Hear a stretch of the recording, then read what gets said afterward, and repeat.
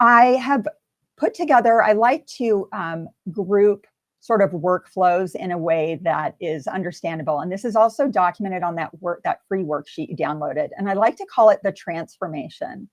So today we're going to be walking through gathering your photos, sorting and organizing those photos, how to identify them, and then just a brief overview on digitizing and preservation, because our focus is going to be on print.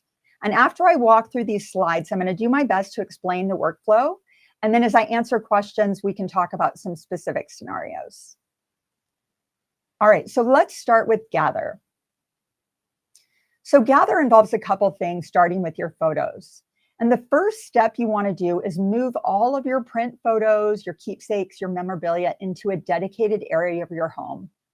And that way you can make a plan because you need to know what you have. And I like to compare it, the best analogy for me is if you were going to clean out the cabinets in your kitchen, right? You wouldn't open up one cabinet and start pulling things out and then putting them back and organizing them. Because what if in another cabinet, you've got other coffee mugs or wine glasses, right? You need to look at everything you have before you can start really consolidating and determining what you want to get rid of or what that organization looks like. So I want you thinking about that when you think of this stage, because sometimes people will just simply grab a photo album and say, I'm going to get started. And they never really get their photos organized, and it's because they don't have a plan. So again, the first step is gathering your photos. And I've provided a list of items you might gather. And again, this list is written on that worksheet for your reference. Photo albums, of course, frame photos. And these are often frame photos that we've inherited from other people, but you might look around your house and say, you know what? My child is in her third year of college, and this is her second grade photo. I think it's time to upgrade. You might have boxes of envelopes, bags of loose photos. Of course, scrapbooks, many of us have those. Memorabilia, such as children's artwork, family history documents, certificates, awards. You might have letters, cards, or handwritten notes. We have a client recently that had some shorthand letters that her dad had written to her mom in World War II. And after we digitized those, we actually transcribed them so she can see exactly what those stories said. School and professional portraits, and then maybe travel souvenirs. Now, of course, you might have some other items, but this is something to get you started. Now, the next part of that gather phase in the transformation is to gather your tools. And I kind of want to walk through each of these, but I want to start by saying that your ideal workspace is a large table to spread out your photos and keep your tools within reach or organized if possible. It would be great to leave everything set up as you work. Now, I understand that not all of us have space in our homes, whether we have kids working on schoolwork or we're hosting, or you simply don't have the room. But I would encourage you to have one dedicated area when you gather all of these photos and you gather all of those tools. And maybe you get kind of a little box where you put your cleaning supplies or something, where all those items, so that every time you go back to organize, you're not having to reinvent the wheel, right? And that's the idea. Now, I'm going to start with the photo boxes. You can see that this photo box, and if you're on a phone, I know it might be kind of small and hard to see. I've got some examples here as well. I recommend photo boxes with inserts. You certainly can go to Michael's or your local hobby store and buy a photo box. But what happens is with the workflow I'm going to show you, you're going to have your index cards inside of that box sitting vertically. And if you've got a large box without inserts, you'll find that those photos are going to fall over, they're going to commingle, they're going to cause chaos, and you've got to start over. So if you can buy a photo box with inserts like this, you can move them around and it keeps them really organized throughout the process. The next item I recommend that you get are pre-printed sorting cards. Now, we sell these pre-printed sorting cards here in our office, and these are simply cards that have various years on them and categories, and we're going to kind of go through these a little bit later. If you don't want to purchase pre-printed cards, you can always buy some colored index cards, but the idea is that I want you to have these as a different color because these are your main categories. And as we walk through this workflow, you're going to see how that applies. I've also provided a link, a QR code here in the bottom corner of some of these slides that will give you links to purchase some of these items, or I've also provided links to Amazon for some of them to get you started. The next item is blank white index cards. And I do specify that I recommend you have blank white index cards. Those that have the lines going through them, as I said, the way that we're going to set up this workflow is the index cards are going to be sitting up like this. So if you've got those lines on your index cards, I find it just kind of, your eyes tend to move left and right, and it gets a little confusing. However, if you've got some index cards at home that you have left over from college flashcards you want to use, by all means, recycle. The next item in our toolbox is hanging file folders and a box for hanging file folders. And if you have these sitting around the house, go ahead and use them. This is meant to be a temporary location for you to organize your photos. But you will find as we go through the workflow that we're going to be putting photos behind these green pre-printed cards and in various hanging file folders based on year. And these would be for items that are larger than 5x7 that don't fit in that photo box. So having these tools prepared ahead of time is really going to give you the confidence to get through the project. Post-it notes. You can't go wrong with Post-it notes. And I specifically put the brand Post-it notes rather than sticky notes. I will tell you in the beginning, I tried to save a little money and I purchased some generic sticky notes. And I'm not opposed to buying generic items, but this is one that I think you should go for the original. I have found that the sticky notes that are not Post-it fall off of the folders and fall off the back of photos. And then you've got these Post-it notes all over the place and you don't know where they belong and you're starting over again. So invest a few extra cents in those traditional Post-it notes. I recommend a Sharpie or some kind of a permanent marker rather than a regular pen. This is not going to be to write on the back of photos. In fact, I don't recommend a Sharpie or a pen to write on the back of photos. And quite honestly, with this workflow, you don't need to write on the photos at all. This Sharpie is going to be to write on those white index cards for identification. And when you're using a thicker marker, it really helps you see things better, particularly if you've got older eyes like I do. It makes it a lot easier. The next tool that I recommend you have is simply a bin for your review items. Again, we're going to go over how you use this, but you see that I've just shown you a photo of a cardboard box. If you've got a little bin sitting at home that you can use, you just want something that's defined as your review box. And again, we'll talk about later how this applies, but it's meant to be a temporary holding place, so you don't need an archival box for this or anything fancy.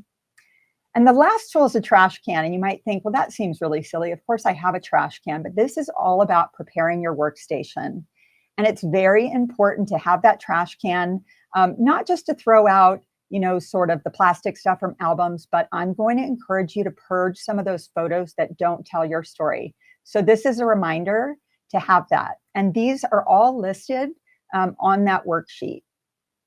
Now, these tools are the ones that I really recommend that you start with for organizing print. And I find that these to be essential. However, I wanted to mention some other tools that you might decide to purchase depending on your inventory, your budget, and really how involved you want to get with your print.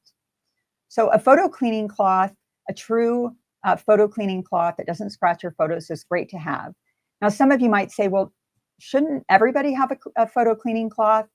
If your photos are really old, they've been in the attic or in the garage and you find they're really dirty, I think it's a great idea to have that to simply wipe them down. But getting that cleaning cloth, really when you need to use that is before you digitize or scan your photos. And we're just talking about organizing the print. So whether you're going to be scanning them yourself or bringing them to somebody like us who's a professional in digitizing, part of our process is to get those photos clean as we go ahead and do that so that your scans look better. Next, we have this residue eraser. And if you've never heard of this, this can be life-changing for those of you that have those sticky albums or the adhesive albums. So anybody that has photo albums from the 80s and further back, you've got that plastic you have to peel off. It's adhered down, it's glued down. And when you take those photos out of the albums, oftentimes there's kind of a sticky residue behind the photos. And this eraser is designed specifically not to ruin your photos, but to rub that adhesion off. Now that needs to be done before you scan typically. But it's really important to get that residue off before you stack your photos together, because as you can imagine, if those photos start sticking together, now you're damaging your photos even further. Now, speaking of taking photos out of albums, the next tool that you might want to get as an addition is a stainless steel spatula. And we have a link for this that you can buy on Amazon, as well as the eraser, the photo cleaning cloth, and most of the items on this page. This stainless steel spatula is great for removing those photos that are really adhered into albums or scrapbooks. Because if you just peel those photos back, first of all, they're at risk of tearing. Additionally, you'll find that the photos fold over, and that's going to damage the photos as well. So using something like a stainless steel spatula to kind of chip away at getting those photos off is really helpful. A magnifying glass might be good to you, as again, for those of us that have challenging eyesight. But this might be good if you're trying to look for a date that you can't see on the album, or maybe the number of candles on a cake because you're trying to determine what year. Or maybe there is a street sign that has an address that's going to help you understand where you were. Nitrile gloves are great if you have some photos that are older, because all those oils on your hands are going to transfer over. Even if you don't see them, they're going to further damage, particularly those older photos. So using gloves, you can use them for all the photos, but I really recommend them for those older ones. And then lastly, a family tree. Now you'll see in the worksheet that I sent you, or that you downloaded, that I've provided you a copy of just a basic family tree that you can copy and add to. Now, most of you are probably thinking, well, I know when I was born and when my kids are born and my anniversary, and probably your parents' date of birth and anniversary. But I have worked with a lot of clients around the country over the years. And once we get to our grandparents and great-grandparents, it's hard to remember those dates. So writing those down, either getting some information ahead of time from family members, or you'll find that as you're going through your collection, oftentimes there's dates and information written on the back of photos. And now, in addition to organizing your photos, you're actually creating a wonderful family tree for everyone to enjoy. All right, so now we've gathered all of our photos into one location, and we've gathered all of our tools. So we're setting ourselves up for success right away. So the next step is sort and organize. So you can see sort, I've kind of highlighted in a lighter blue, because we're going to talk about that first. And you notice I've added and trash. You give me a couple of slides and I'll explain why that's there. So now that you have your photos all in one location and you've got your tools, I want you to sort your inventory into similar items.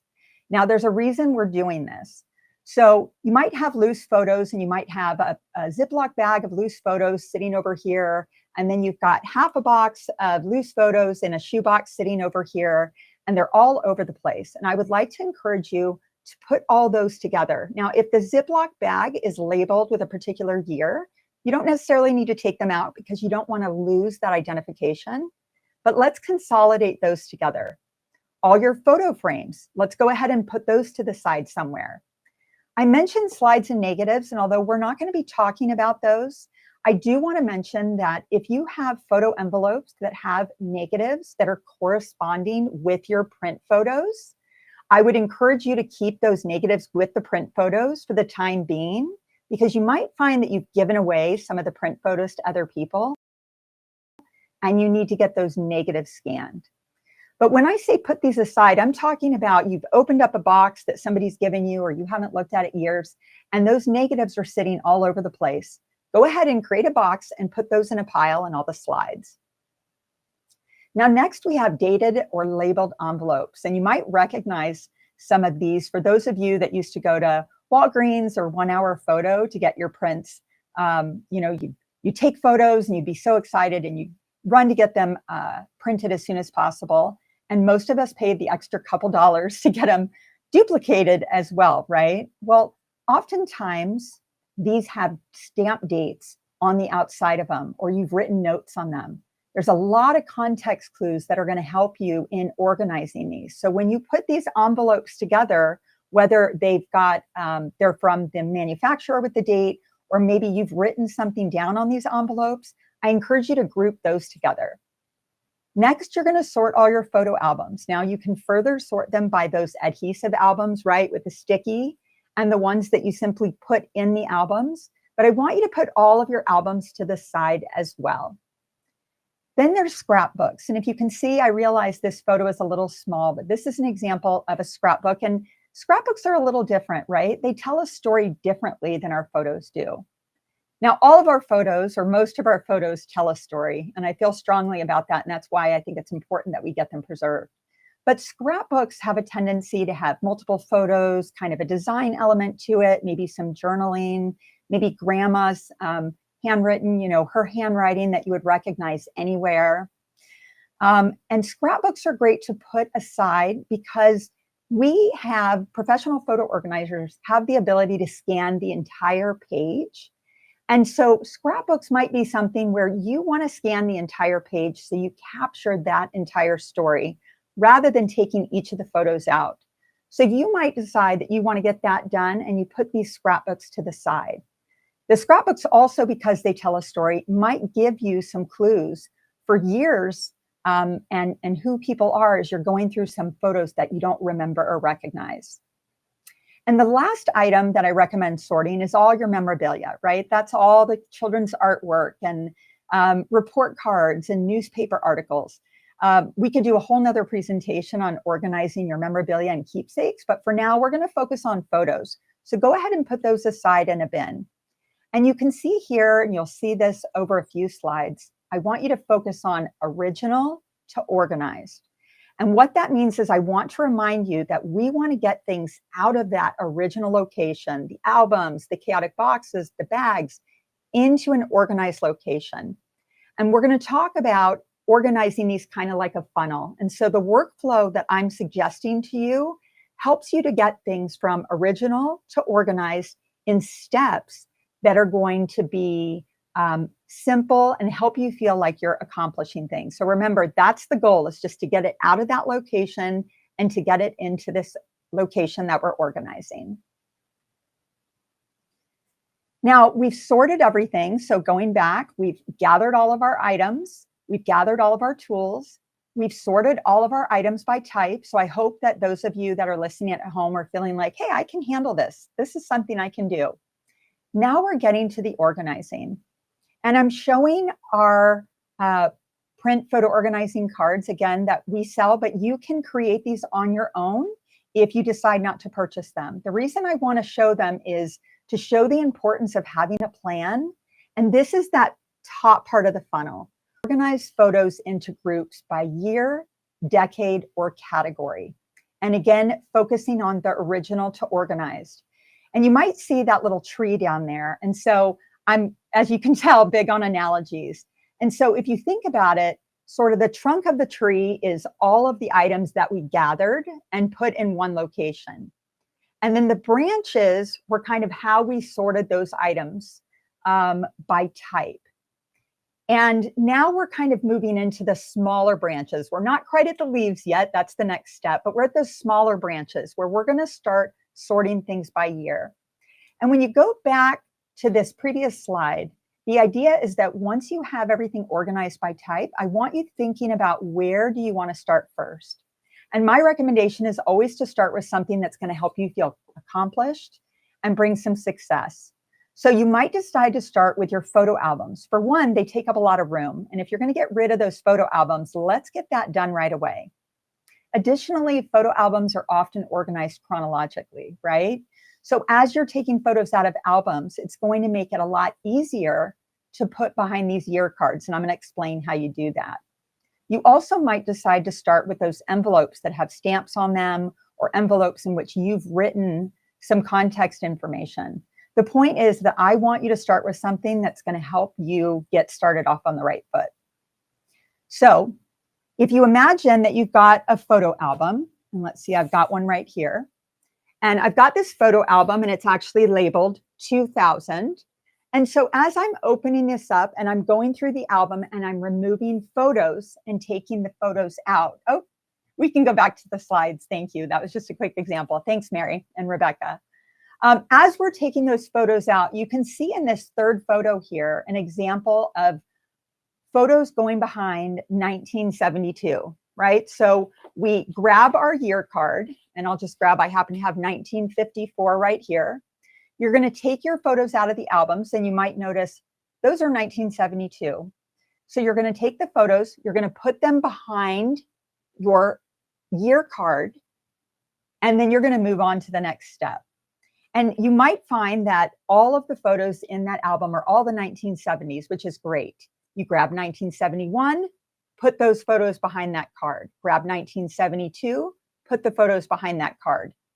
Then you might find, you know what? Grandma actually threw some 1987 in this 1970s album.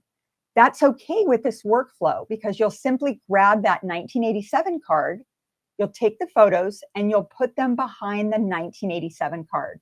So remember, we're at those tiny branches of the tree where we are just starting the organizing by year when you can. Now you see, I've also got the hanging file folders there.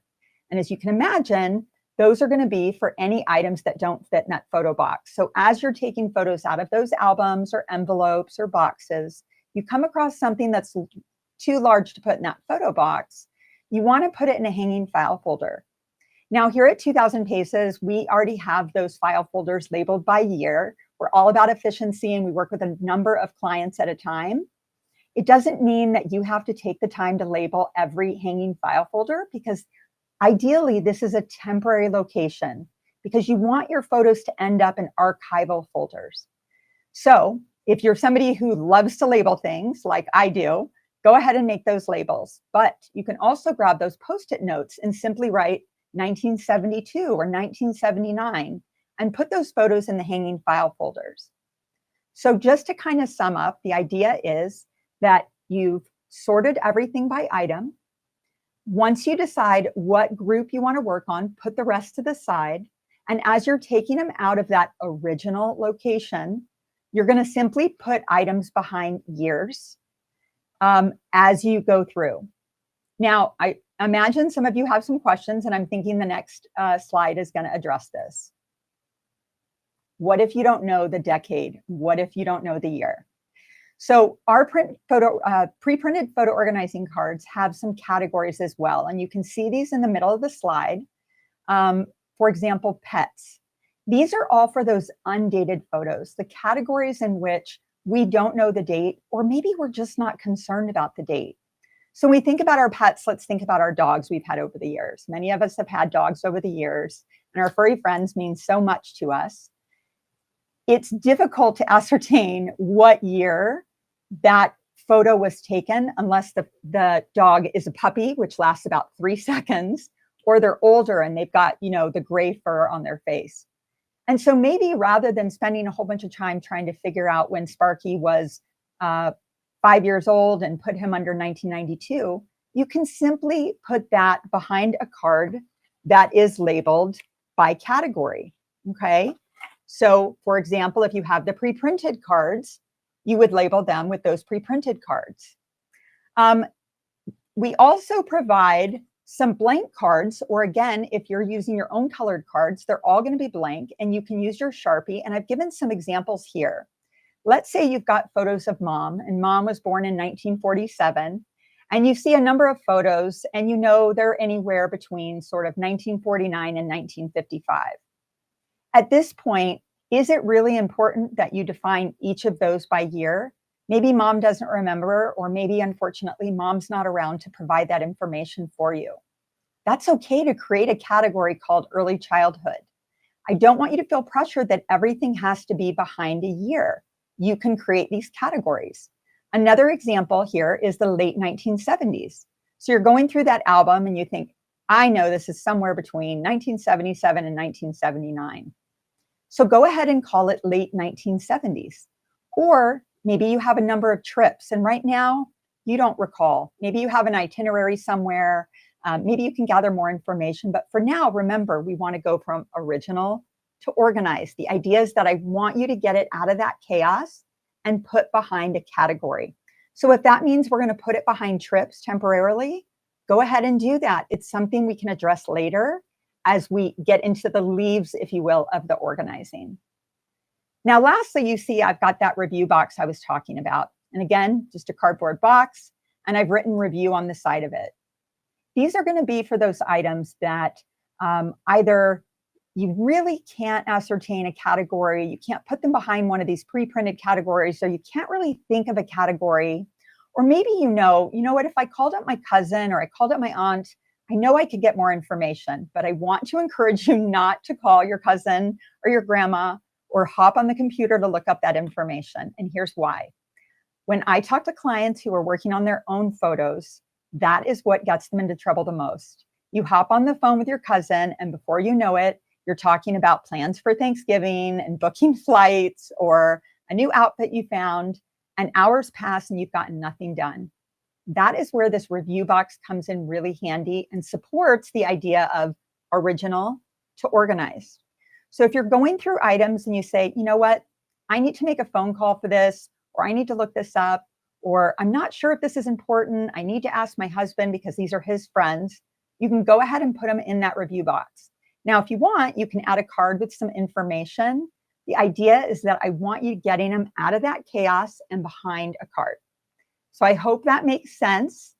We've sorted, we're organizing behind a card, we're on those little branches, and now we want to move on to the leaves. I hope you're still with me. Now, one thing that I pointed out earlier was the and trash. And the reason I have that in parentheses is the trash part, or the non-storytelling photos, as we like to call them, you're going to be working on that part throughout the sort and organize. So you might have been thinking while I was talking about taking photos out of albums and putting it behind a year card, well, Rachel, what about the duplicates or the poor quality? You are going to be assessing that as you go through this process. So let's look at some examples. Here you can see on the left side is a duplicate photo. It's an exact duplicate. And I know for some of you, you think, I just feel bad throwing that out. I just feel wrong. The idea, remember, is the goal is preserving so that these photos are prepared for any natural disaster. So you're going to be digitizing these photos. So there's no reason to keep a duplicate copy. You're just going to pay extra or take extra time if you're doing it yourself to digitize both of those. Now, the other thing is, sometimes I hear clients say, well, you know what, I'm just going to make little piles and put them aside to give to my kids. And this is your collection, and I want you moving forward in a way that you feel comfortable. But I have found that that can cause more chaos. And as an empty nester myself and the mother of adult children who grew up in the digital age, although our kids really enjoy the print photos in photo books or maybe looking through them on an online site, quite honestly, most of them don't want piles of photos, especially if it's just a group of photos that are disorganized. So I want to encourage you to throw those duplicate photos out. You can also see an example of blurry photos here. You've got a photo that's really bad quality and really blurry. You can go ahead and throw that out. I'm going to talk about in just a second why you might keep a blurry photo. And then I've got this photo of just this random guy, and maybe this is a photo of an ex you had in high school that just absolutely drove you crazy and you can't stand this guy, or maybe somebody that you don't even remember. It's okay to toss those photos if you don't remember who they are or if they don't bring you joy.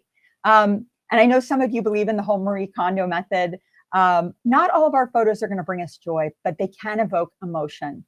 But I want that emotion to be something that you want to come back and visit. So for example, it might be difficult to look at that photo of grandma because she passed away, but we want to keep those photos. This ex that just drove us crazy, go ahead and toss that guy.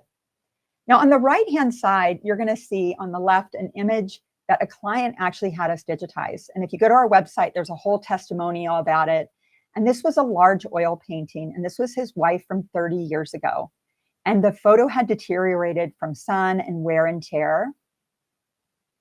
And he was tempted to throw that photo out. And so just like that blurry photo, if you've got some photos that are really special to you, but the quality isn't good, look at the difference that we were able to provide for this photo. You can see on the left is the original digitized oil painting, and on the right is that same photo restored. And this brought tears to his eyes. The idea is that in this day and age, you can have these photos digitally restored. So if you've got some photos that have water damage or were torn or very blurry, go ahead and put those to the side and see if there's an expert that can help you get them restored. Okay, we've gathered our photos, we've gathered our tools, we've sorted, we've organized, we've trashed and purged, but now we're into the leaves of identifying. And this is where it involves a little more time and energy on your part, and that's why I compare it to that tree. I want you to get that trunk and the big branches and the little branches, and now we're on the leaves. And at this point, ideally, you've moved most of your items from the albums and the boxes, and now you've got them, let's say, and I know most of you can't see this on the screen, but now maybe you've got them in a box behind those pre-printed year cards. But we need to identify specifics, okay? So you can see on the left an example, and this is where those blank white cards will come in. And you can imagine if those vertical lines were there, how it can be a little confusing. So I just like how it looks. So on the left, you see that I've written in a Sharpie the month and day. So as I'm going through, let's say I'm looking behind the 1987 card, and I find a group of photos that I know are July 14th. So I'm going to write 1987, July 14th. Or you can see in the next couple of cards, I have event information on those same photos. So maybe I write 1987, July 14th, Jane's birthday. I want to identify those groups of photos by what information is important. And you'll see when we move on to the last stage of digitizing how this naming is critically important for those of you that want to search for your photos. The next example shows 1969 August trip to Paris. You notice there's no day there. That's okay. You don't have to have all the information. In fact, you could just write 1969 trip to Paris. Put as much information as you have. It's far better than the boxes they've been sitting in, and they're getting preserved. And what's nice is in this digital age, you can always add more information later. So as you're going through these pre-printed cards or those main category and year cards, you're assigning groups on those white cards. So you can see here, and I've got this on your worksheet so you can follow along. The next step, it's simply group the photos that are for the same category or the same date and place them behind that associated white index card. And then the next step is simply to sort that labeled white index card with the photos behind the appropriate year card. So now we've got the branches and the leaves. So on the right-hand side, you can see an example of this. We've got 1969 as our main category card. Behind that 1969 card, we've written 1969 August trip to Paris. And then if you can tell, there's some photos behind that. And you're going to continue to create these groups. And now you're getting into the details. You're getting into the leaves where you're really identifying the story. Ideally, at this point, you removed your duplicate photos in poor quality. But as you're going through and identifying, this is another opportunity to kind of say, you know what, these photos really aren't that important. Or how many photos do I really need of mom's garden? Let me just keep a few. And you get to make that decision. When we work with clients, we help our clients to cull down their photos as well. And this is the process that we use to do this. So when you are creating these white cards with these specific dates, and you can see examples here, I want you to consider some different topics. So these are notable events to consider. And I've actually included this in the worksheet. Of course, I could probably provide you with 3 pages of notable events and topics, and everybody's is going to be different. If you grew up, if you live in Dubai, and I know there's somebody here that lives in Dubai, your experience might be different than somebody who grew up in Washington, D.C., or somebody who grew up in the Pacific Northwest. But here's some general ideas to keep in mind. So major holidays. Great to identify major holidays because we often want to go back and find those. What about various trips? Those could be a wonderful trip to Paris. Let's say you took a trip to Italy and you want to be specific, trip to Italy-Rome, etc. You can be as granular as you want based on how you want to organize and find your photos later. Sports, whether that be your kids played sports, you played sports, or you attended an event. Professional portraits are great to find because what if you want to search for all of your professional photos? Here at 2000 Paces, we even take it a step further by defining professional sports portraits, professional family portraits, professional school portraits, so we can find those when we need them. Various experiences like trips to the zoo and Disneyland. You can tell I live in San Diego because we've got those pretty common here in Southern California, but various experiences are really important to identify. And then we have what we like to call the milestone events, right? The birth of a child, birthdays, graduations and awards, your wedding, maybe a couple weddings, maybe family weddings, baptisms, bar mitzvahs, bat mitzvahs, that kind of thing are all milestone events. And then there's things like first day of school. In fact, keep an eye on our social media because we're going to be posting some of all of us as children. So now we've made it through the majority of the transformation, right? Of original to organized. We've gathered our photos, we've gathered our tools, we've sorted, organized trash, we've further identified with the leaves. And I'm just going to touch briefly on digitize and preserve because this is the first of many educational presentations you're going to get from other photo organizers around the country and around the world who are experts. And so I don't want to dive into the digitizing, but I do want you to kind of understand how the naming and how this process and workflow will contribute to a successful digitizing project.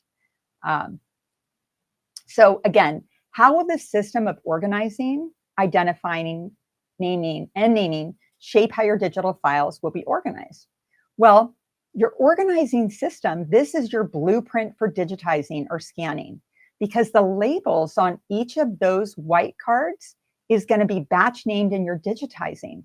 So all the photos behind that were 1969 August trip to Paris, every one of those photos is going to be named that. So that when you look at your digital files, you're going to be able to either look at your story as you lived it, right, which is chronologically, or you can look for specific keywords and indicators in that file name.